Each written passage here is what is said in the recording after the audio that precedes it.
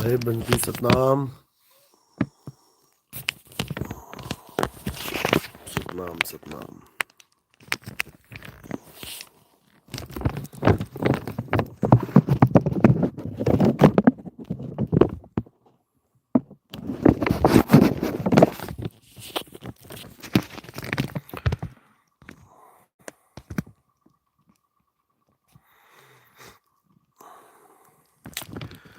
अंकुरदास सतनाम साहिब बंदगी, भगवती राजपूत सतनाम साहिब बंदगी, दीपक मानिकपुरी, अनिल दास सतनाम साहिब बंदगी, नीरज कुमार, राम है दाता मुक्ति का संत जपावे नाम, आत्माराम सतनाम साहिब बंदगी, तिलक राम सिंह सतनाम, अनिल दास सतनाम साहिब बंदगी, मेडा रमेश सतनाम, सतेंद्र सिंह सतनाम सतनाम, सीताराम सतनाम सतनाम, पटेल जागृति सतनाम, लिम्बनी नरेश सतनाम, धनंजय सतनाम, भागीरथ, उत्तम दास, सुनील कुमार, संदीप कुमार सतनाम, अंजू पूनिया, नरेंद्र कुमार, दिनेश सतनाम साहिब बंदगी, जयंत महंत सतनाम, उमा राठौड़ सतनाम, अजीत कश्यप, पुष्पेंद्र सिंह, विवेक गौड़, कोमल तनवर सतनाम, गिरीश चंद्र सतनाम साहिब बंदगी सतनाम, मौसम सतनाम साहिब बंदगी सतनाम।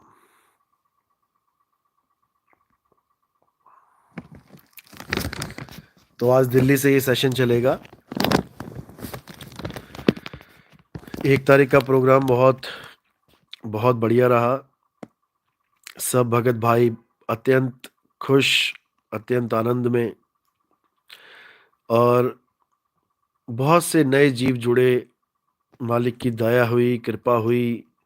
40-40 साल से पुराने पंथों से जुड़े हुए थे, उन गुरुओं से ज्ञान प्राप्त करके बैठे थे जिनके पास मुक्ति का ज्ञान नहीं था। 52 अक्षरी ज्ञान था, अजपा जाप का ज्ञान था, अनहद नाद का ज्ञान था, लेकिन सार शब्द का ज्ञान नहीं था। दया हुई मालिक की, विवेक जगा और बहुत ही अच्छी तरह हर चीज को समझा और हिम्मत करके आगे बढ़े, क्योंकि पिछले गुरु को छोड़ना भी बहुत बड़ी हिम्मत का कार्य होता है। आम आदमी नहीं छोड़ पाता। वो यही सोचता रह जाता है कि शायद मुझे पाप लगेगा, शायद मुझे पाप लगेगा, जबकि ऐसा नहीं है। अगर गुरु का ज्ञान आपको आगे का मिलता है तो आप उसको तत्काल त्याग दें। अगर कोई ज्ञान पीछे का है, निचली पौड़ी है, वहां पर बिल्कुल ना जाए। अच्छी तरह परखें कि ये ज्ञान आगे का है या नहीं। हमेशा याद रखें, जो असली ज्ञान है, जो असली सत्य ज्ञान है, वो कभी कथावाचक ज्ञान नहीं होता। हमेशा याद रखें, जो असली ज्ञान है, जो सत्य ज्ञान है, वो अनुभव ज्ञान है। वो कभी मुंह से बता के, मुंह से बोल के, कान से सुन के उसको नहीं समझा जा सकता। हमेशा याद रखें, जितने भी ये मुंह से बोलने वाले, कान से सुनने वाले ज्ञान को पूर्ण ज्ञान मान बैठते हैं कि हाँ मेरे पास पूर्ण ज्ञान है, और अनुभव के नाम पे शून्य होते हैं, ये खुद भी 84 में जाते हैं और आपको भी लेके जाते हैं। हमेशा याद रखें, कबीर साहब ने बहुत समझाया, अनुभव ज्ञान बिना सब झूठा, झूठी हाट लगाई। बड़े बड़े ऋषि मुनि, बड़े बड़े ज्ञानी पंडित बिना अनुभव ज्ञान के कथनी ज्ञान कथ के चले गए। लोगों का ज्ञान सुन सुन के अपना बना के चले गए, लेकिन धक्के ही खाते रहे। इसीलिए साहिब ने बोला है कि लिखा पढ़ी की है नहीं, और देखा देखी बात, दुल्ला दुल्हन मिल गए और फीकी पड़ी बारात। समझो इस बात को। कोई कहता है कि परमात्मा हमको मिल गया है, हमने उसको पा लिया है। आप उससे पूछेंगे ना कि कैसा है परमात्मा, अगर अनुभव नहीं होगा तो केवल बकवाद ही करेगा, बता नहीं पाएगा। याद रखना, उसके स्वरूप को वो जानता नहीं है। परमात्मा का स्वरूप शब्द स्वरूप है, और शब्द का ही भेद है।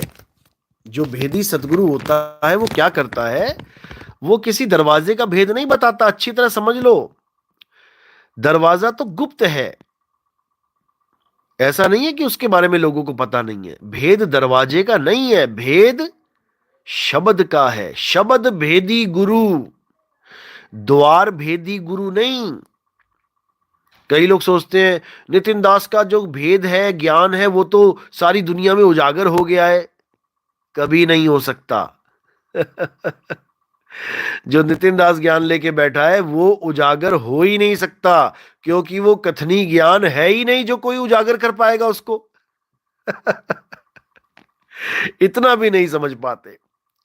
ब्रह्मरंध्र ब्रह्मरंध्र चीखते रहते हैं, सोचते हैं ब्रह्मरंध्र हमने बता दिया, पता लग गया सबको, ये इनका ज्ञान जो है ये सारा उजागर हो गया। अरे मेरे भाई, मेरे विवेकी भाइयों, थोड़ी बुद्धि पे, अकल पे थोड़ा भार धर लो, ज्यादा हल्की हो गई है। साहिब कह रहे हैं, गरीबदास जी साहब कह रहे हैं, कोई है रे परलय पार का, और जो भेद कहे झनकार का। समझे? द्वार का भेद भेद नहीं है। द्वार का भेद तो एक संकेत मात्र है कि हाँ ठीक है, लोग 10वें द्वार को भी नहीं जानते। ठीक है, नितिन दास ने बता दिया कि कहां पर है वो 10वां द्वार, लेकिन वो द्वार भी भेद नहीं है, भेद झनकार है। समझे? शब्द विहंगम चाल हमारी, और कहे कबीर सतगुर दई तारी, खुले कपाट शब्द झनकारी। समझे? तो इस भेद को जो प्राप्त कर लेता है वो पार हो जाता है, उसको कोई रोक नहीं सकता। और जो इस भेद के बिना केवल कथनी ज्ञान को सत्य मान के बैठ जाता है कि हाँ हाँ हाँ हाँ, नी अक्षर अक्षर कैसे हुआ, हम बताएंगे हम बताएंगे, तुम सारी उम्र बताते रहो तब भी नहीं बता पाओगे। ये चैलेंज है तुम्हें, तुम बता ही नहीं सकते, केवल भरमा सकते हो। क्यों? क्योंकि वो बताने की बात ही नहीं है, वो अनुभव की बात है, वो अनुभव की बात है। नर नारी के सुख को जैसे खस्सी नहीं पहचाने, तुम एक हिजड़े को, एक किन्नर को तुम ये ज्ञान करा के दिखा दो कि नर नारी का सुख क्या होता है, बातों से करवा दो ज्ञान, उसको अनुभव करवा दो जरा ज्ञान, तुम्हारा जन्म बीत जाएगा, तुम्हारी पुश्तें पुश्तों का जन्म बीत जाएगा, उसको वो अनुभव ज्ञान हो ही नहीं सकता। और अनुभव ज्ञान बिना सब झूठा, झूठी हाट लगाई, ऐसे नहीं बोल दिया कबीर साहब ने। ये बाणियां बहुत तोल मोल के बोली जाती हैं। और कुछ मूर्खानंद कहते हैं कबीर साहब तो अज्ञानी थे, ये बाणी का जाल बुनते रहे 90 साल तक, उसके बाद उन्हें 90 साल के बाद ज्ञान हुआ। अरे मूर्खानंदों, कहां तो तुम डूब के मरोगे किसी नाले वाले में, क्या बताऊं मैं, गंगा नदी भी नसीब नहीं होगी तुम्हें तो। जिस कबीर साहब ने बीजक की रचना करवा दी बचपन में ही, समझे? जिस कबीर साहब ने धर्मदास से इतना बड़ा ग्रंथ लिखवा दिया, कितने साल जाने के बाद वापस आए वो, उनको तुम कह रहे हो ज्ञानी? जिस कबीर साहब के दर्शन करने के लिए ज्ञानेश्वर जी महाराज महाराष्ट्र से भागे आए, बुढ़ापे में नहीं आए थे उनके। ये इतने बड़े निकम्मे हैं कि बस कुछ भी कोई बोल देता है उसी पे यकीन कर लेते हैं। ये कहानियां जो सुना रहा है, इसकी 2024 में सारी कहानियां बंद हो जाएंगी, क्योंकि जब हम अपनी सुनामी लेके आएंगे ना, तो ये सब बहते हुए दिखाई देंगे। हाँ, इनको शौक चढ़ा हुआ है गुरु बनने का, शौक चढ़ा है ज्ञानी बनने का, कोई बात नहीं, आओ, वेलकम है। हम तो चाहते हैं सारे छुपे रुस्तम निकल आए, जो भी छुप छुप के हमारा सत्संग सुनते हैं सब निकल आए बाहर, क्योंकि एक ही बार में सबका सफाया होगा, एक ही बार में, बार बार थोड़ी नहीं पकड़ेंगे सबको। आ जाओ सारे जितने भी हैं, जैसे कृष्ण जी ने कहा आ जाओ जितने भी हैं, महाभारत होने वाली है, निकल आओ अपने अपने बिल से। और सारे राजाओं को एक ही रण क्षेत्र में खड़ा करके एक ही बार में सफाया कर दिया। इसी प्रकार 2024 बहुत इंपॉर्टेंट युग है भाई। ये बहुत इंपॉर्टेंट वर्ष है युग का। इसमें बहुत कुछ होगा और ऐसा होगा कि पैरों से जमीन निकल जाएगी। देखते जाओ बस क्या होता है।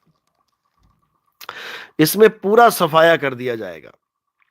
साहिब बंदगी, ज्ञान विचार। गुरुजी तुलसी साहिब हाथरस वाले भी आत्मज्ञानी थे। देखो, तुलसीदास हाथरस वाले ये इंगला पिंगला सुषमना के ज्ञानी थे, जिसको हम शिव योग कहते हैं।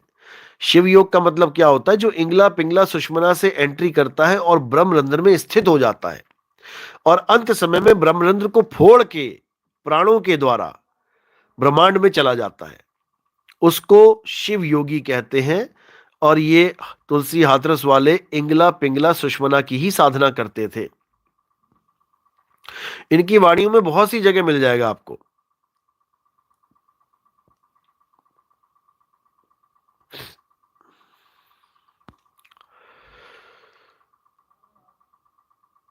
ज्ञानेश्वर महाराज संजीवनी समाधि सब गाते हैं मगर भेद नहीं जानते। बिल्कुल, इस बार मराठा भाइयों को बहुत से लोगों को अच्छी तरह ज्ञान समझाया है और ज्ञानेश्वर जी महाराज के भी कई भगत आए थे और अच्छी तरह समझ के गए हैं। वारकरी संप्रदाय वाले भी आए थे और स्वामी समर्थ वाले भी आए थे। बहुत ही अच्छी जागृति हुई है इस बार महाराष्ट्र में। और कोई भी मराठी भाई अगर ग्रंथ प्राप्त करना चाहता है मराठी भाषा में तो हमारा ज्ञान सागर छप के तैयार है। उसको बिल्कुल निशुल्क मंगवा भी सकते हैं या फिर पीडीएफ में भी आप मुझसे मांग सकते हैं, आपको ये प्रोवाइड कर दिया जाएगा। उषा शर्मा, साहिब जी आपका ज्ञान ही ऐसा है, जो भी सुनते हैं तीर की तरह कलेजे में ऐसे भेदता है कि गुरु जी बस औरों का तो पता नहीं, मैं बस शब्द नहीं हूं। शब्द नहीं है मेरे पास। लॉकडाउन से सत्संग सुनती तो मेरे पास शब्द ही नहीं है जी। बिल्कुल जी, अनमोल ज्ञान है ये, कबीर साहब का मूल ज्ञान है। इस ज्ञान को कोई काट नहीं सकता। हाँ, जीवों को भरमा सकते हैं। कोई अविवेकी, कोई कच्चा घड़ा अगर हमारा सत्संग सुन के आता है, नाम दीक्षा लेता है और कोई उसको भरमा देता है, भरम भी जाते हैं, ऐसी कोई बड़ी बात नहीं है। कबीर साहब के पास बहुत बड़े बड़े ज्ञानी आए, भरम गए, उसमें कोई बड़ी बात नहीं है, क्योंकि ये विवेक के द्वारा समझा जाता है। आदि नाम हम भाग सुनाया, मूर्ख जीव समझ नहीं पाया। जो निकल जाते हैं वो मूर्ख होते हैं। अभी देखो, एक दो बहनों की कोई आवाज आई है, रिकॉर्डिंग उसने चलाई है, नाम तो नहीं लूंगा उसका, थुक चट्टू बोलता हूं जिसको मैं। तो उसने रिकॉर्डिंग चलाई है। अब उन दोनों बहनों की अकल देखो, बुद्धि देखो, क्या कह रही है उसमें कि रामपाल जी का महाराज का ज्ञान जो था वो सरगुण ज्ञान था, यानी साकार ज्ञान, और नितिन दास जी का जो ज्ञान है वो निर्गुण यानी निराकार ज्ञान है। देखो, अकल देखो इन लोग की। 5 साल से मैं निर्गुण सरगुण से परे बोल बोल के थक गया। निर्गुण सरगुण से न्यारा जानेगा कोई जानन हारा, कहते कहते थक गया। लेकिन इन लोगों ने कितना ज्ञान समझा आपके सामने ही है, खुद ही सुन सकते हैं आप। तो ऐसे जो विवेकी जीव नहीं होते हैं, जो अकल के कच्चे होते हैं, जिनको ज्ञान समझ में नहीं आता, वो कच्चे घड़े होते हैं। हम तो उसको कच्चा घड़ा कहते हैं, फूट जाते हैं, उसमें कुम्हार का कोई नुकसान नहीं है। अब बात इतनी है कि अगर वो फूट गए तो क्या होगा? कुछ नहीं होगा, अगला जन्म लेंगे। अगर उसमें भी नहीं ये ज्ञान समझा तो फिर अगला जन्म लेंगे, उसमें नहीं समझा फिर अगला। ये जन्मों जन्मों की कहानी है। ये ऐसा नहीं है कि इसी जन्म में मुक्ति मिल जाएगी आपको, ऐसा नहीं है। इस जन्म में मुक्ति केवल उसको मिलती है जो अटल हो जाता है, जो इस मूल ज्ञान पे अटल हो जाता है, उसकी मुक्ति 100% है। जो दर दर भटके उसकी मुक्ति तो सोच भी नहीं सकते आप। बिल्कुल, क्योंकि इस ज्ञान को मैंने पहले भी बोला है कि आप 1 साल सुनो, 2 साल सुनो, 10 साल सुनो, लेकिन आओ तभी जब पूर्ण विश्वास हो, पूर्ण विवेक जग गया हो। अब जल्दबाजी में आओगे तो जल्दबाजी में जाओगे, ये लिख के ले लो आप लोग। तो तरस भी आता है उन दो बहनों पे कि बेचारी रामपाल जी महाराज से बच के निकली थी और शबद गुरु ने दया भी करी, लेकिन कहते हैं मूर्ख जीव समझ नहीं पाया, वो इसको निराकार ज्ञान समझने लग गई। बताओ क्या क्या बुद्धि है, क्या बुद्धि प्राप्त करी है इन लोगों ने, मैं तो हैरान होता हूं। लेकिन ठीक है, चलो 10 15 20 जन्म और ले लो, आ जाओगे लाइन पे, कोई बात नहीं, हमारा कोई नुकसान नहीं है इसमें। नुकसान जीव का होता है, गुरु का कभी कोई नुकसान नहीं होता है। गुरु तो बख्शनहार है, वो तो बख्शता ही है। अब जीव ही नहीं अपनी मुक्ति करवाना चाहता है तो उसकी मर्जी है। और देखो सबसे बड़ी बात यह है कि ये जो थुकचट्टू है ये असल में केवल आपको इसलिए भरमा देता है कि ये पूछता है कि नी अक्षर अक्षर कैसे हुआ बताओ मुझे। अब इससे हमारे भगत राम सिंह ने एक सवाल पूछा, क्या तुम्हें परमात्मा मिला? कहता है हाँ मुझे मिल गया। तो राम सिंह ने कहा बताओ वो कैसा है? कहता है मैं बता नहीं सकता, मैं बता नहीं सकता। बताओ, तू बता नहीं सकता और दूसरों से तू पूछ रहा है। तू बता नहीं सकता, जो तुझे मिल चुकी है चीज तू उसके बारे में बता नहीं सकता और दूसरों से पूछता फिर रहा है कि मुझे बताओ मुझे बताओ। अरे नादान परिंदे, अरे मूर्खानंद, अब मुझसे सुनता भी है फिर, इसको बिना सुने चैन भी नहीं आता।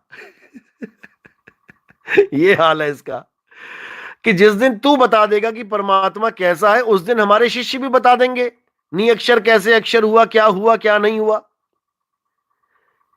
इसकी बोलती बंद करने के लिए केवल आप इससे यह सवाल पूछो कि तुझे परमात्मा मिला? ये कहेगा हाँ मिला। इससे केवल इतना पूछो कि बता परमात्मा कैसा है, क्या मिला तुझे? अगर तुझे कुछ मिला है तो डंके की चोट पे छाती चौड़ी करके बोल दे। नहीं बोल पाएगा क्योंकि ये खाली घड़ा है, थोथा चना बाजे घना। दिक्कत ये है, अगर कुछ मिला होता तो राम सिंह को जवाब देता कि हां मुझे परमात्मा मिला है और ऐसा है परमात्मा। हंस के बात टाल दी, मैं नहीं बता सकता। क्यों नहीं बता सकता? लोगों से पूछना तो आता है तुझे। अपनी बारी में मैं नहीं बता सकता? बेशरम इंसान शर्म कर। इसीलिए साहिब कह रहे हैं, भीखा साहब ने इतना सुंदर बोला, भीखा बात अगम की, अरे कहन सुनन में नाही। अब बताओ और क्या बोले? जो जाने सो कहे नहीं और कहे सो जाने नहीं। फिर भी इस मोटी अकल बुद्धि को नहीं समझ में आ रहा। हद होती है, हैरानी होती है मुझे ऐसे लोगों पे, केवल मशहूर होने के चक्कर में कि नितिन दास ने सबकी हालत खराब कर दी है, सारे गुरुओं का ज्ञान जीरो कर दिया है, अब इसी से पंगा लेके मशहूर हो जाता हूं। अरे भाई, कई आए कई गए, कौवा चला हंस की चाल और अपनी चाल भूल गया। जिस दिन मेरे आमने सामने होगी ना बात, सारी गुरुवाई भूल जाएगी, समझ लेना। समझे? नंबर मेरा है तेरे पास, लगा दे फोन एक बार। मैं तुझसे पूछता हूं, 2 सवाल जवाब दे के दिखा जरा। तो ये बच्चों वाली हरकतें बंद कर दे और कुछ परमात्मा का नाम ले ले। जीवन थोड़ा है मेरे भाई। उसके बाद फोटो पे मालाएं डलती हैं सबके, गले में तो माला डल ना पाएगी तेरे जीते जी, फिर फोटो पे डलेगी मेरे भाई, सबके डलेगी। जो माला डलाने के इच्छुक है बहुत डलेंगी माला, चिंता मत करो। अभी जब अटैक आएंगे ना धड़ाधड़, माला ही डलेंगी।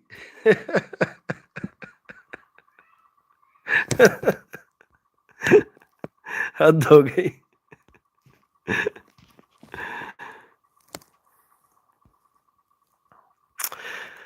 तो ठीक है, अपना अपना ज्ञान बांचो, अपना अपना ज्ञान खोलो, जितना ज्ञान है बोलो, लेकिन जीवों को भरमाओ मत। अपना ज्ञान बोलो ना, किसने मना किया है?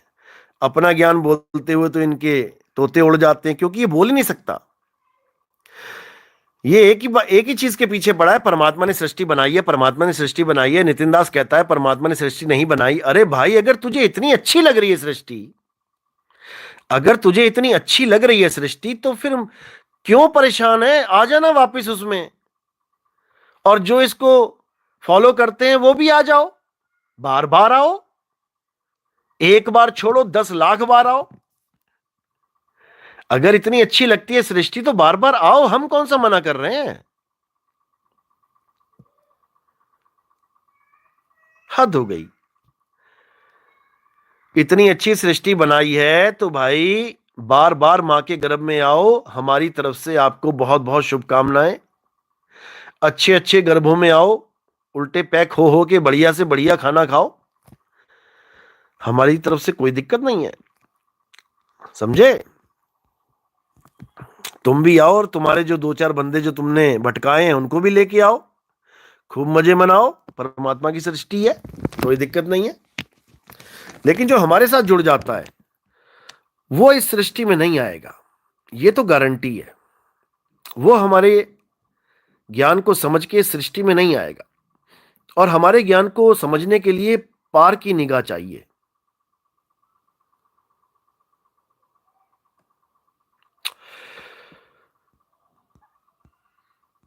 पार की निगाह, समझे? तो बात ये है। और बहुत ही अच्छी खबर ये है कि विदेशों में बहुत सी आत्माएं, जीवात्माएं जागृत हुई हैं। अलग अलग देशों से मैसेज आ रहे हैं, कॉल्स आ रही हैं, और बहुत ही सुंदर प्रचार 2024 में होने जा रहा है। कम से कम 13 देश तो फाइनली हैं जिनमें जाके प्रचार करेंगे, और भी जोड़ेंगे, ऐड करेंगे, आगे से आगे बढ़ेंगे।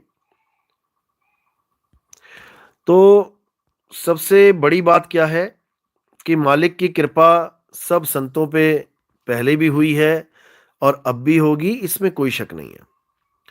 और सब हंसों पे परमात्मा की दया होगी, इसमें भी कोई शक नहीं है।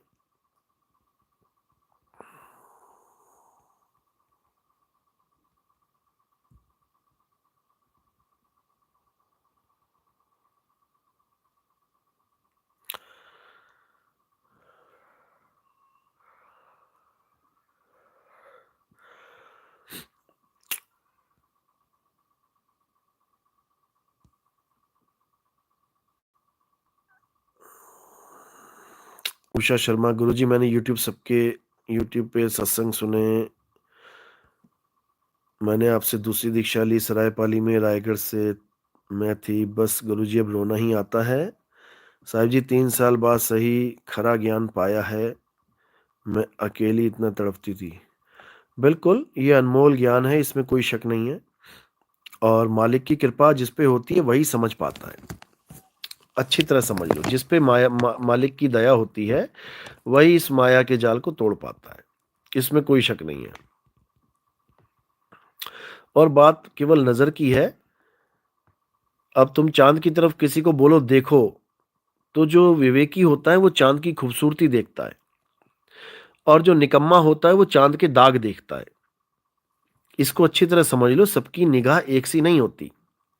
जो निकम्मे हमारे पंथ में घुस गए थे उनको आसमान दिखाई देता था। उनको दरवाजा दिखाई देता था। जो निकम्मे हमारे पंथ में घुस गए थे उनको उनको किसी ने पूछा कि वहां क्या है, कहते आसमान है, हमारा ध्यान आसमान में लगा दिया था। बताओ, ऐसे भी निकम्मे थे, क्योंकि निकम्मों को आसमान दिखाई देता है, निकम्मों को दरवाजा दिखाई देता है, और जो विवेकी होते हैं उन्हें शब्द दिखाई देता है। सूरत से देख ले वह देश, क्योंकि वो लोग सूरत की निगाह को देख नहीं पाए, सूरत की निगाह से देख नहीं पाए, वो आंखों से देखते रह गए। क्योंकि आंखों से दरवाजे दिखाई देते हैं, उनको आंखों से दिखाई देता रहा, अरे ये तो दरवाजा है, ये तो दरवाजा है, ये तो मिट्टी है। अरे भाई, आंखों से देखने की वो चीज ही नहीं थी जो मैंने लखाई थी तुम्हें, और तुम जड़ आंखों से जड़ मिट्टी देखते रह गए। शर्म करो। इसीलिए बोला था कि मूर्ख जीव समझ नहीं पाया। ये मूर्खों ने 3 साल बर्बाद ही किए। मैं तो कहता हूं, हाँ, पिछले गुरुओं के साल बर्बाद नहीं कहता मैं।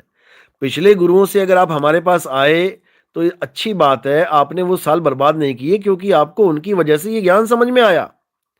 लेकिन जो यहां से छोड़ के जाते हैं, मैं उनको यही बोलता हूं, तूने तो 3 साल बर्बाद कर लिए, वापस भी बैक लगा रहा है। इससे अच्छा पहले ही बैक लगा लेता। यहां आता ही 3 साल बाद, ज्ञान सुनने के बाद, समझने के बाद, तो तेरे वो 3 साल लेखे लगते और तू सत्य ज्ञान को समझ पाता, तेरी मुक्ति होती। अब तूने ऐसा बैक लगा दिया है कि अब तुझे 3 साल नहीं बेटा, 3 जन्म लेने पड़ेंगे सुनने के लिए, समझने के लिए। बस इतनी सी बात है। बिल्कुल जयवती शर्मा, चिड़िया की आंख तो अर्जुन को ही दिखाई देती है। बिल्कुल सही बात है, चिड़िया की आंख ही देखनी है। अब इन लोग को पर दिखाई देते रहे, चोंच दिखाई देती रही, गर्दन दिखाई देती रही, सिर दिखाई देता रहा, तो बेचारों का क्या बनेगा?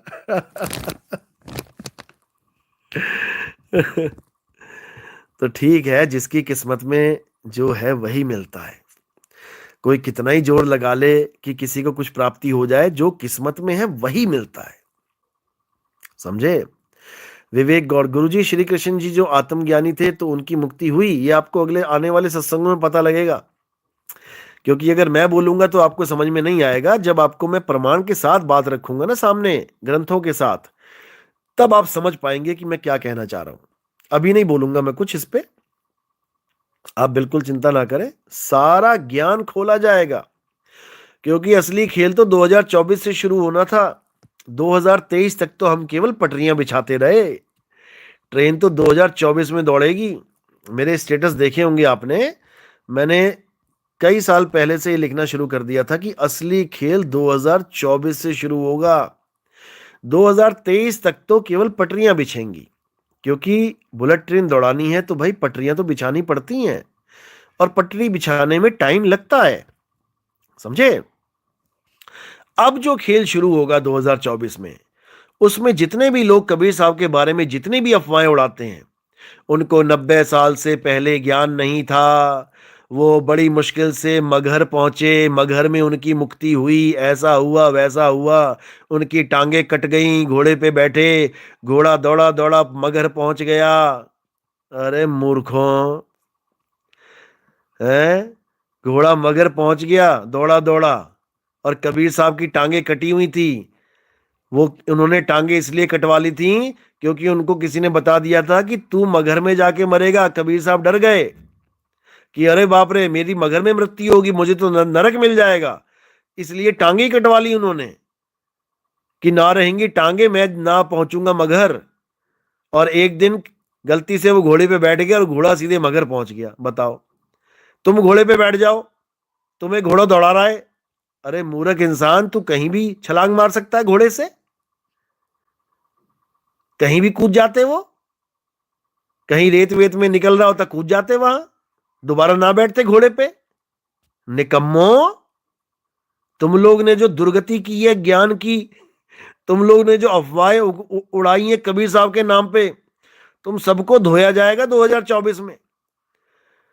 समझ लेना, यही मैंने कहा था कि जितने मेंढक है सब आ जाओ बाहर, उसके बाद एक साथ सफाया किया जाएगा। समझे? और तुम्हें घोड़े पे बैठाएंगे इस बार, मगर तक छोड़ के आएंगे तुम्हें, क्योंकि तुमने अगले जन्म में गधे ही बनना है। बताओ। तो कोई बात नहीं, 2024 आ गया है, बस अब देखते जाओ क्या होता है। अच्छे से समझा दिया जाएगा कबीर साहब का ज्ञान क्या है, कबीर साहब क्या है।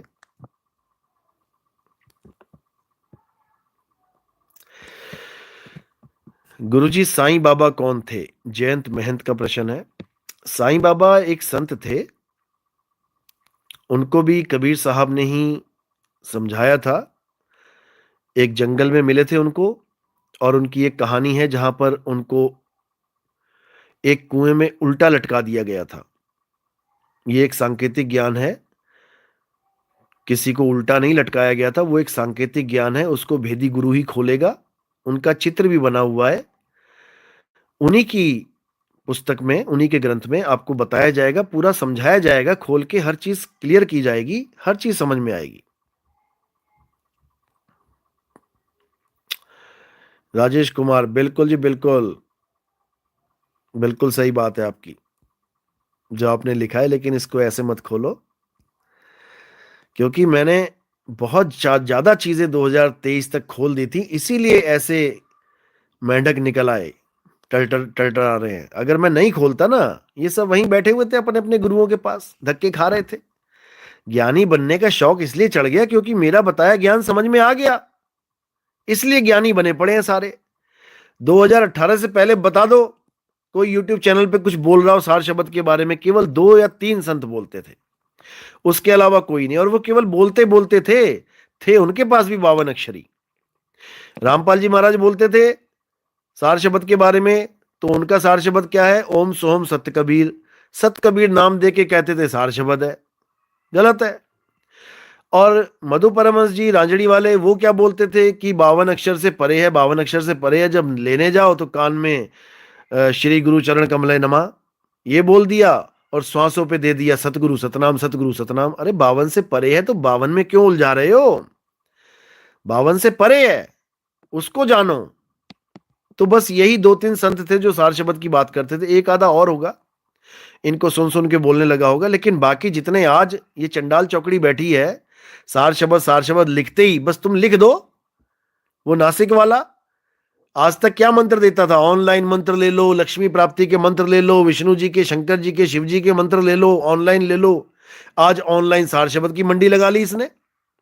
इसके सारे स्क्रीनशॉट पड़े हुए हैं मेरे पास, क्या क्या यूट्यूब चैनलों पे डालता था ये 2018 से पहले। उसके बाद एकदम ही जागृति हो गई, कहता मुझे गुरु मिल गया 2018 में। नाम नहीं बता रहा गुरु का, क्योंकि नितिन दास का नाम लेना ये किसी आम आदमी की बस की बात नहीं है। जिसका जिगरा होता है ना, वही बोलता है नितिन दास मेरा गुरु है। इनके बस की बात नहीं है, ये चोर हैं, ज्ञान के चोर हैं ये लोग। चोर कभी नहीं बोल सकता ये माल कहाँ का है। चोर अपनी मोहर लगाता है, मेरा है मेरा है मेरा है, समझे?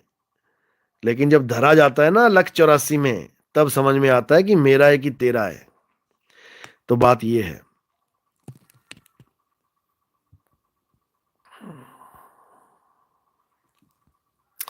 बिल्कुल, राम राज तो आके रहेगा, इसमें कोई शक नहीं है। ये तो संतों की वाणी है, कोई झुठला ही नहीं सकता। राम राज तो आके रहेगा, लेकिन कौन से राम का राज होगा इसको हम क्लियर करेंगे। आने वाले समय में पूरे वर्ल्ड में इसको क्लियर कर दिया जाएगा कि राम राज है तो कौन सा राज है। कोई इस गलतफहमी में बिल्कुल ना रहे कि ये राम राज भगवान रामचंद्र जी वाले राज की बात हो रही है। नहीं, फिर तो झगड़े मच जाएंगे। महात्मा बुद्ध वाले नहीं आने देंगे, मुसलमान नहीं आने देंगे, सिख नहीं आने देंगे, ईसाई नहीं आने देंगे, फिर तो गृह युद्ध हो जाएगा। असली रामराज क्या है? असली राम को जानना है तो पहले कबीर साहब को समझना पड़ेगा, गीता के ज्ञान को समझना पड़ेगा, बाइबल के ज्ञान को समझना पड़ेगा, कुरान के ज्ञान को समझना पड़ेगा, गुरु ग्रंथ साहब के ज्ञान को समझना पड़ेगा। असली राम कौन है, कहां है, इसको जानना पड़ेगा। गुरु ग्रंथ साहब के अनुसार वो राम कौन है? वो राम है आत्म राम, जिसके बारे में लिखा है आत्म राम पूजिए गुरु के सहज सुभाए। ये वो आत्म राम है जिसकी महिमा स्वयं कृष्ण जी गाते हैं। हे अर्जुन, आत्मा अजन्मा है, आत्मा नित्य है, आत्मा सत्य है, आत्मा ही सबका आधार है। आत्मा को ना तो कोई शस्त्र काट सकता है, आत्मा को ना तो अग्नि जला सकती है, आत्मा को ना तो वायु सुखा सकती है, आत्मा को ना तो जल भिगो सकता है। उस आत्म राम का राज आएगा, उस राम का राज आएगा जिसको पानी में समाधि नहीं दिला सकते, जिसके पैर में तीर नहीं मार सकते। उस राम का राज आएगा, और बिल्कुल आएगा, डंके की चोट पे आएगा, इतना समझ लो। गोपाल जी साहिबंदगी सतनाम, गोपाल सतनाम। राकेश सिंह, गुरु जी 2024 कैसा रहेगा आपके लिए? मेरे लिए मैं भैया, मेरे लिए तो मत ही पूछो, क्योंकि अभी तक इतना सफर किया, इतना सफर किया, आगे तो हमारा सांस लेने की फुर्सत नहीं रहेगी। गुरुजी मैं हरियाणा से हूं, आपका परमानेंट पता क्या है? मेरा परमानेंट पता तो असल में मैंने कोई आश्रम बनाया ही नहीं, और जो मेरा एड्रेस है वहां पर कोई भी बिना नाम लिए पहुंच नहीं सकता। दिक्कत ये है, जो मेरा परमानेंट एड्रेस है वो बिना दीक्षा के आप वहां पहुंच नहीं सकते। और जो मेरा एक, क्या बोले इसको, टेम्परेरी एड्रेस है, वो मैंने बनाया नहीं। तो जहां पर आप रहते हैं आप वहां का जिला बता दो, जैसे ही मेरा आगमन होगा वहां पर आप मिल सकते हैं।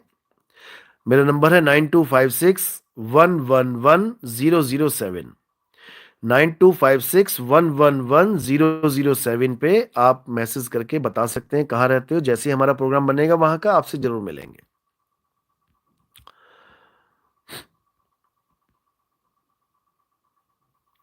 जयंत महंत, गुरुजी राम मंदिर बनाने से क्या हो जाएगा? देखो, मंदिर, मस्जिद, गुरुद्वारा कुछ भी बनाते हैं हम तो फायदा तो होता है, ऐसी बात नहीं कि फायदा नहीं होता है। एक पूजा का स्थान बढ़ जाता है, श्रद्धा बढ़ जाती है, एक भाव बढ़ जाता है, भक्ति की तरफ लोग और ज्यादा प्रभाव में आ जाते हैं। अच्छी बात है। लेकिन केवल मंदिर बनाने से किसी की मुक्ति हो जाए या मंदिर बनाने से, मंदिर में जाने से किसी को मोक्ष हो जाए, ये संभव नहीं है। उसके लिए आपको ज्ञान प्राप्त करना पड़ेगा। आप गीता पढ़ो। गीता में एक जगह भी नहीं बोला गया कि कोई मंदिर बनाना है, बिल्कुल भी नहीं बोला गया। मंदिर में पूजा करनी है, बिल्कुल नहीं बोला गया। गीता में क्या बोला गया, अच्छी तरह समझने के लिए हमारी हर हर गीता, घर घर गीता, इसको पढ़ें, आपको गीता का सार पता लगेगा। क्योंकि पूरी गीता में बहुत सारे श्लोक हैं, पढ़ना बहुत मुश्किल है। हमारी जो गीता हमने छापी है, उसका हमने जो टीका किया है, आप उसको पढ़ें, सार सार निकाल के रख दिया है। क्योंकि सतगुरु का काम ही यही होता है, सार सार को ग्रहण करवाना। सतगुरु ऐसा चाहिए जैसा सूप सुहाए, और सार सार तो गही रहे, थोथा दे उड़ाए। थोथा ज्ञान गुरु उड़ा देता है और सत्य ज्ञान को लखा देता है। तो गीता में जो सत्य ज्ञान है वो हमने बहुत अच्छी तरह समझाया लोगों को, और बहुत ही खुशी होती है, लोगों के फोन आते हैं गीता पढ़ने के बाद। ऐसे ऐसे फोन आते हैं, आप सोच भी नहीं सकते कि 40-40 साल से हमने जो गीता का ज्ञान पढ़ रखा था, आपकी गीता से एकदम समझ में आने लग गया कि वहां जहां हमें समझ नहीं आ रही थी वो क्या था, हर चीज समझ में आने लग गई।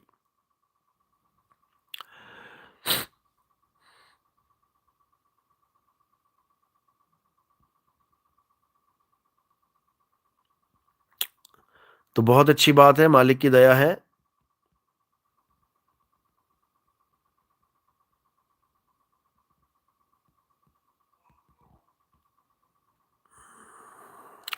जयवती शर्मा, कबीर का घर शिखर पर, यही एड्रेस है। बिल्कुल यही एड्रेस है।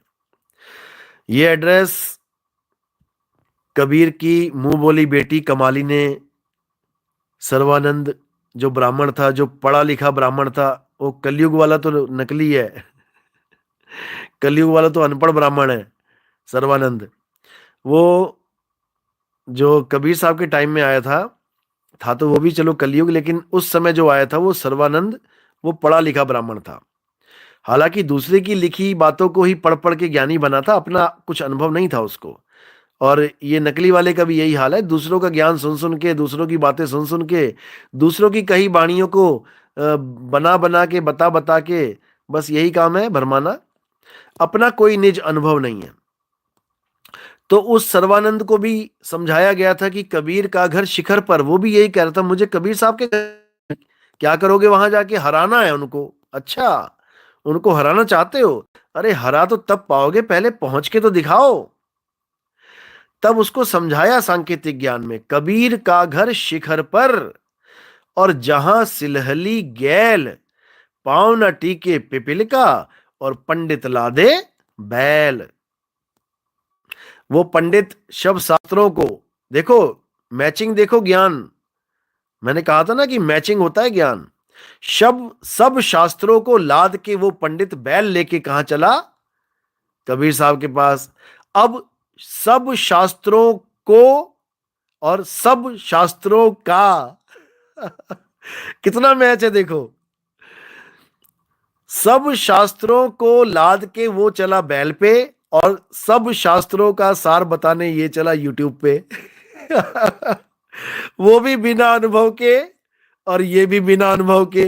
दिक्कत तो ये है, अगर वो कुछ अनुभव प्राप्त कर लेता तब कबीर साहब के पास जाता तो झगड़ा या जीतने हारने की बात होती ही नहीं। वो जीतने हारने की बात करता ही नहीं। ऐसे ही अगर इसको कुछ अनुभव हो जाता तो ये जीतने हारने की बातें ना करता। ये कहता, हां, खुले नयन पहचानो हंस हंस, सुंदर रूप निहारो। अब इस वाणी को भी ये, क्योंकि मूर्खानंद है ना, इसलिए कहेगा, देखो इसमें लिखा है आंख, खुले नयन पहचानो हंस हंस, आंखें खोल के दिखाई देता है परमात्मा, आंखों से दिखाई देता है परमात्मा, ये भी बोल देता है। ये आंखों से दिखा रहा है ये सबको परमात्मा। देख लो जिसने देखना है। लेकिन नादान है। वही सर्वानंद का दूसरा डिट्टो कॉपी है, जो सर्वाजीत बनने के चक्कर में पहले ही जीत लगा के आ गया। सर्वा यानी सबको, यानी हर किसी को जीतने की आशा रखने वाला सर्वाजीत बना बैठा था। सर्वाजीत तो सर्वाजीत बन नहीं पाया, सर्वानंद सर्वाजीत नहीं बन पाया था। ये भी नहीं बन पाएगा, लेकिन नाम के आगे लगा के आ गया है। कोई बात नहीं, अच्छी बात है। इसको उस वक्त भी मौका दिया था मालिक ने कि बेटा संभल ले, सुधर जा, नहीं तो 84 में धक्के खाएगा। आ गया 84 में धक्के खा के, कोई बात नहीं। ज्ञान की किरण जी, गुरुजी मैं हिंदी की गीता पढ़ती हूं, लेकिन आपके मुख से सुनकर बहुत आनंद आता है। बिल्कुल आनंद आएगा जी, मालिक की दया है। परमात्मा ने ये मुख ही इसीलिए दिया है मुझे कि सत्य निकले, सत्य बता सकूं लोगों को, वरना इस मुख का और कोई काम नहीं है। हमारा काम एक ही है, सत्य को जो लोगों तक पहुंचा देना, सत्य को समझा देना। और इससे ज्यादा हमें कोई काम ना मिला है और ना ही हमें चाहिए। हमारा काम है प्रचार का। और समझ लो, परमात्मा जिसको चुनता है ना प्रचार के लिए, ये गलतफहमी मैं आपको निकाल देता हूं दिमाग से कई लोगों के। कई लोग सोचते हैं कि घर बैठे बैठे किसी को भी परमात्मा से कुछ भी मिल जाएगा, मिल सकता है, उसको भी ज्ञान हो जाएगा, ऐसा वैसा। देखो, परमात्मा जिसको ज्ञान करवाता है ना, ये तो बात सही है कि घर बैठे करवा देता है, लेकिन उससे काम बहुत लेता है। याद रखो, जिस भी संत को परमात्मा ने चुना है उससे काम बहुत लिया है। ये यूट्यूब पे चोचलेबाजी करने से कुछ नहीं होता। इसको फोन घुमा दिया, हाँ बता, नहीं अक्षर से अक्षर क्या हुआ, कैसे हुआ, उसकी रिकॉर्डिंग डाल दी, उसको पकड़ लिया, ये सब बकवासबाजी है। ये सब बहुत लो लेवल की हरकतें, गिरी हुई हरकतें हैं। कोई किस माहौल में बैठा है, कोई किस माहौल में बैठा है, और तुम उठा के किसी को घुमा के फोन करने लग जाओ। ये सब नीच हरकतें हैं। ऐसा नहीं होता है। अगर तुम्हें ज्ञान चर्चा करनी है तो ठीक है, आओ, तुम जहां मिलना चाहते हो मिलो, बैठो, बात करो। किसी को फोन करके, बेचारा कोई कहीं परेशान है, तेरी बातों पर ध्यान भी नहीं दे रहा, हाँ हाँ हाँ कर रहा है, उसी को ये कह रहा है देखो मैंने ऐसे फोन किया, ऐसे फोन किया, ये जवाब है। अरे भाई, तू तो छूटा हुआ है, घर से निकला हुआ है, बाहर है तू तो, तुझे और कोई तो काम है नहीं। लोग बेचारे ग्रस्त में रहते हैं, उनको कई काम रहते हैं, उनकी कई परेशानियां होती है, तुम बीच में घुमा के फोन करने लग जाओ, ऐसा नहीं होता। इन नीच हरकतों से ऊपर उठ जा और एक अच्छा बालक बन के दिखा। परमात्मा की बात कर रहा है तो परमात्मा के बारे में बता, दूसरों की निंदा मत कर। परमात्मा के बारे में बता, तुझे परमात्मा मिला, तुझे कैसा परमात्मा मिला, उसके गुणगान गा जरा, तब समझ में आए ना। तो बात यही होती है। ऐसे कई आते हैं, कई जाते हैं, लेकिन चलो ठीक है, जो कर रहा है अच्छी बात है। जय माता दी। गुरुजी, बबली नाम है मेरा, साथ कौन सी शक्ति चल रही है प्लीज बताइए। जिस शक्ति ने जय माता दी बोला है ना, पहले उस शक्ति को पहचान लो। आपके मुंह से जो आवाज निकली ना, जय माता दी, ये निकली कैसे? कौन सी शक्ति है जिसकी वजह से जय माता दी निकला, जय श्री राम निकला, जय हनुमान निकला, ओम नमः शिवाय निकला, अल्लाह अकबर निकला, वाहिगुरु वाहिगुरु निकला, सत श्री अकाल निकला, गॉड निकला, यहोवा निकला। किसकी वजह से निकला? जिसकी वजह से निकला ये शब्द, वही असली शक्ति है। उसी को जानना है, समझे? राहुल दास, गुरुजी आपके सत्संग सुनकर बहुत ही आनंद आता है, आत्मा गदगद हो जाती है। आपकी सदा ही जय हो गुरुदेव साहिब, बंदगी सतनाम, जय सतनाम। एक इंडिया, गुरुजी मैं सिख धर्म को काफी टाइम से फॉलो कर रहा हूं। आज तक किसी भी ग्रंथी ने काल पुरुष की कथा नहीं बताई। Yes, this is the point man, this is the point. आज भी ज्यादातर सिख लोग काल पुरुष और परम पुरुष में फर्क नहीं जानते। बिल्कुल सही, यही मूल ज्ञान है। लोग जड़ को और फल फूल टहनी में भेद नहीं जानते। बात यह है, मूल ज्ञान ये नहीं है कि काल और परमात्मा को एक बना देना, बिल्कुल नहीं। किसी गलतफहमी में मत रहना कि नितिन दास जी से भी आगे का ज्ञान मिल गया है। क्या ज्ञान है? काल और परमात्मा को एक कर देना। अरे मूर्खों, गुड़ और गोबर को एक कर देना मूल ज्ञान है, या गुड़ और गोबर जो तुम मिला के खा रहे हो उसको अलग अलग कर देना, यह मूल ज्ञान है। जड़ चेतन का करे निबेड़ा, जड़ चेतन को अलग अलग कर देना, सत्य असत्य को अलग अलग कर देना, यह मूल ज्ञान है। इस गलत फहमी में मत रहना कि कबीर साहब की दो चार बाणियां दिखा दी कि मैं ही अकाल मैं ही काल हूं और तुम बन गए ज्ञानी। अरे मूर्खों, तुम्हें तो यह भी नहीं समझ में आ सकता कि काल अकाल में फर्क क्या है, नहीं तो उसके स्वरूप का ज्ञान बताओ। ये क्या करता है बंदा? ये कबीर साहब की वाणियां दिखाता है जिसमें लिखा है मैं ही काल मैं ही अकाल हूं, लोगों को कंफ्यूज करने के लिए। अरे काल, अगर कबीर साहब ही काल हैं तो धर्मदास के पास क्यों आ रहे हैं? काल से बचाने, खुद से ही बचाने के लिए आ रहे हैं क्या? कितना बड़ा बेवकूफ है ये आदमी, हैरानी होती है मुझे। बताओ, रानी इंदुमती के झापड़ के कबीर साहब ने मारा था? हद कर दी इन लोगों ने, गजब के लोग हैं। खैर कोई बात नहीं, लग जाएगा पता। जहर और अमृत को जो एक करके मानता है, ठीक है फिर खाओ, लग जाएगा पता। सतनाम सतनाम सतनाम सतनाम, साहिब बंदगी सतनाम, जय सतनाम।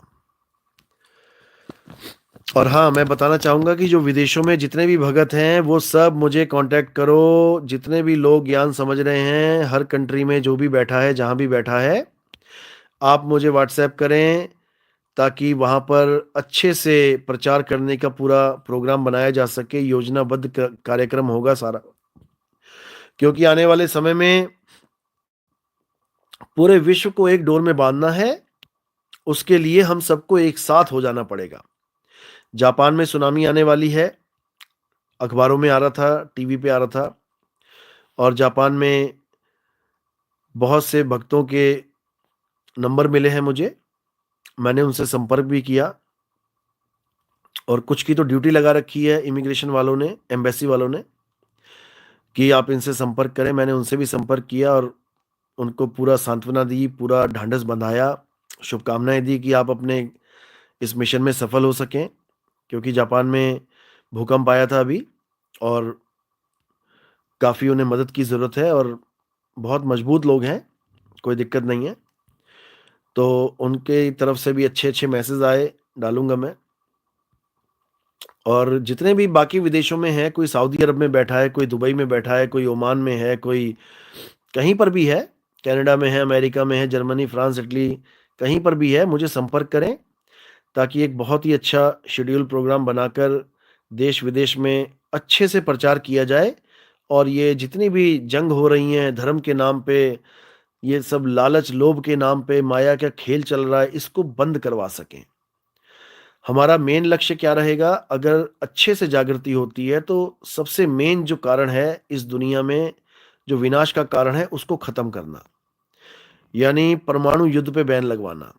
जब हमारा बहुत बड़ा एक काफिला बन जाएगा और हम ये ये एक, मान के चलो बहुत बड़ा काफिला बन गया, तो हम अपनी जो मांग होगी वो यही रखी जाएगी, देश विदेश में एक ही मांग की जाएगी, क्योंकि बहुत से अंग्रेज भी हमारे साथ जुड़े हुए हैं।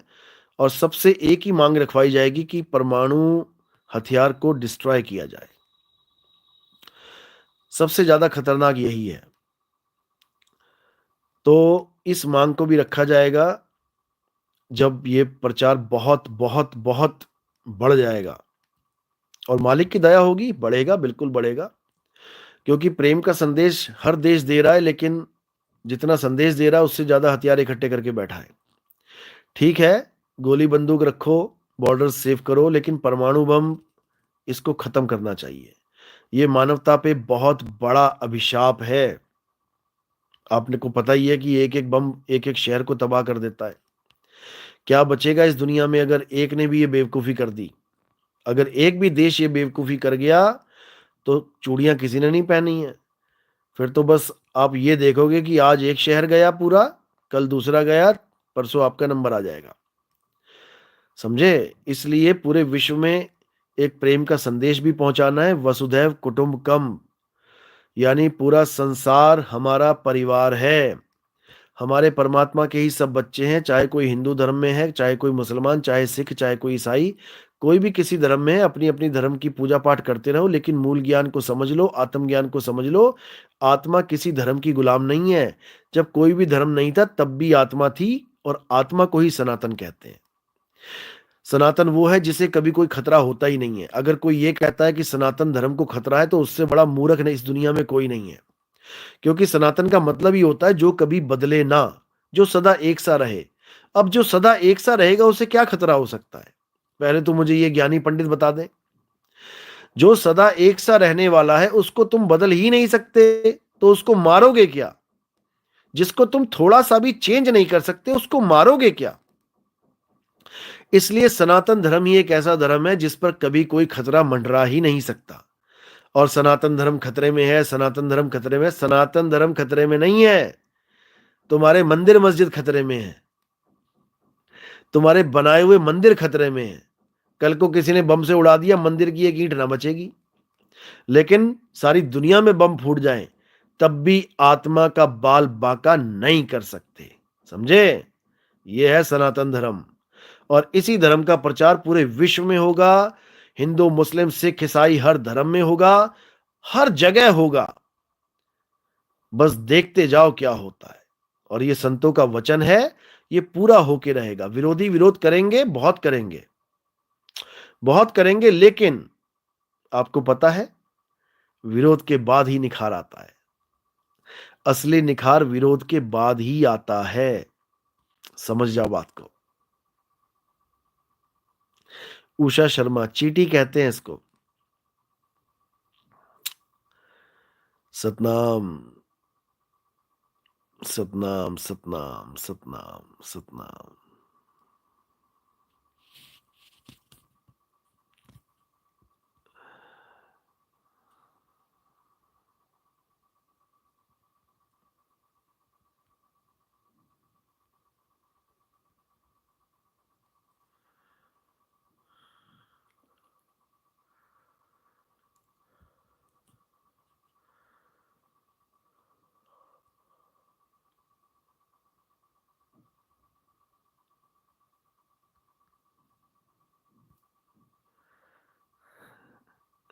चलो, अब कुछ और सवाल देखते हैं, भक्तों ने भेजे तो हैं।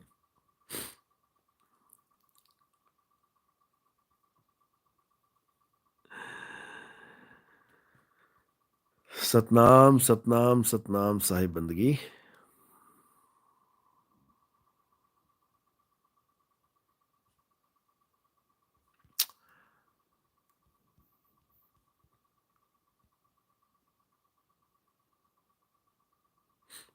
एके इंडिया, गुरुजी इस ब्रह्मांड के कण कण में काल पुरुष या परम पुरुष है?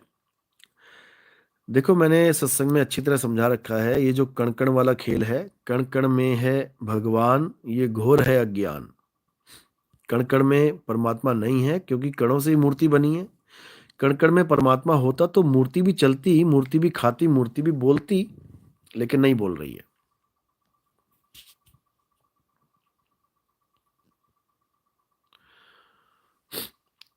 फ्री फायर लवर, सत्य सनातन धर्म सभी धर्मों की जननी है, इससे कोई अछूता नहीं है। बिल्कुल सही बात है, इसमें कोई दो राय नहीं है।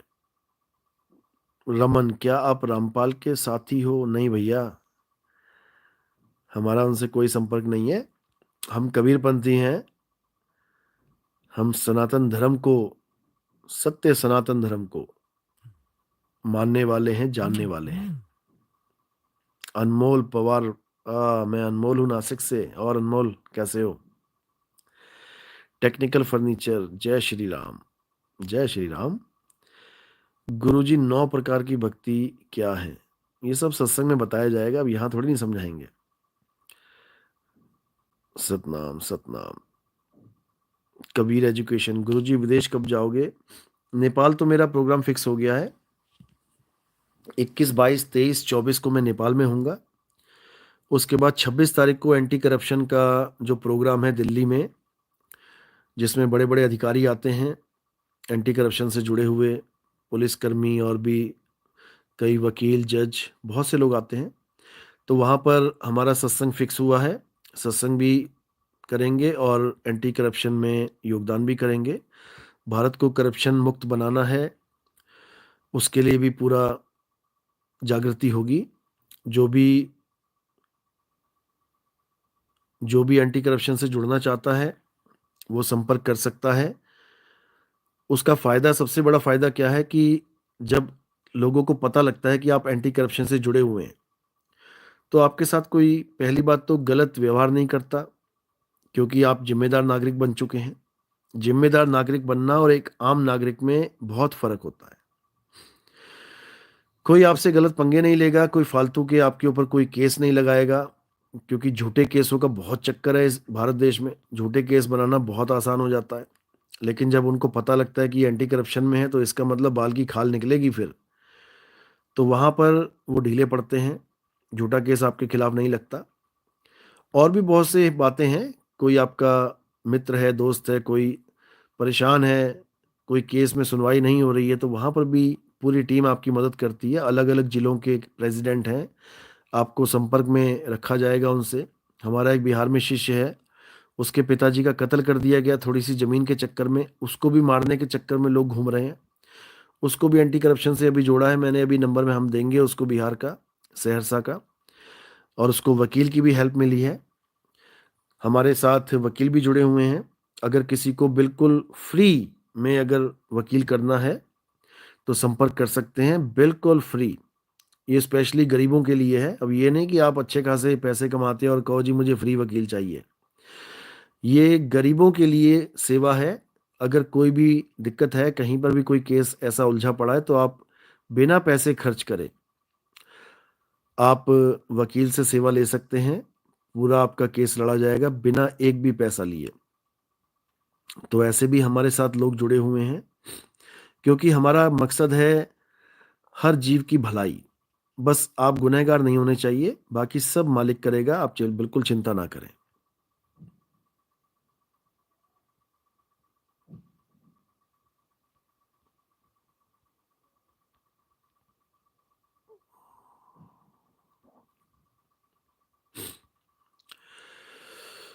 अंडा शाकाहारी है या मांसाहारी है? कुछ लोग इसे शाकाहारी बोलते हैं, हमें समझ में नहीं आता। आप बता दीजिए स्टेटस किंग। देखो जी, अंडा पहले ये समझ लो कि बनता कहाँ से है। अंडा मां से बन रहा है या पौधे से बन रहा है? पहले तो ये समझ लो। अंडा मांस से बनता है, मांस में ही बन रहा है, मुर्गी की योनि में बन रहा है, तो वो आगे चल के मांस ही बनेगा। शाकाहारी कहाँ से हो गया? शाकाहारी वो होता है जो बीज से, जो आपने बीज जमीन में बोया और जमीन से उग रहा है, वो शाकाहारी होता है। शाक पात, फल फूल, टहनियां। जो लोग कहते हैं अंडा शाकाहारी है, अगर वो हिंदू हैं तो उनको कहो ठीक है, मंदिर में बंटवा के दिखाओ जरा, अगर शाकाहारी है तो। ये मन भरमाता है, केवल स्वाद के चक्कर में कहता है नहीं शाकाहारी है खा ले। उसके बाद हिसाब किताब देना पड़ता है भाई। Hub club. गुरुजी चंडीगढ़ कब आओगे? बस आने वाले हैं जी चंडीगढ़, थोड़ा सा वेट करो, पहुंचने ही वाले हैं।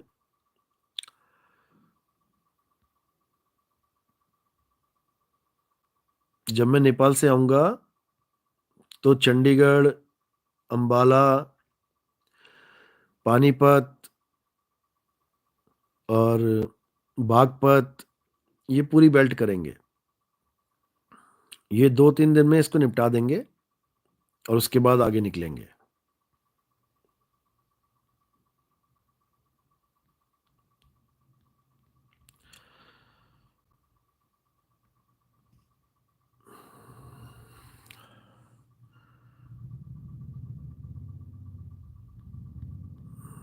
चलो ठीक है, अब फिर मिलते हैं।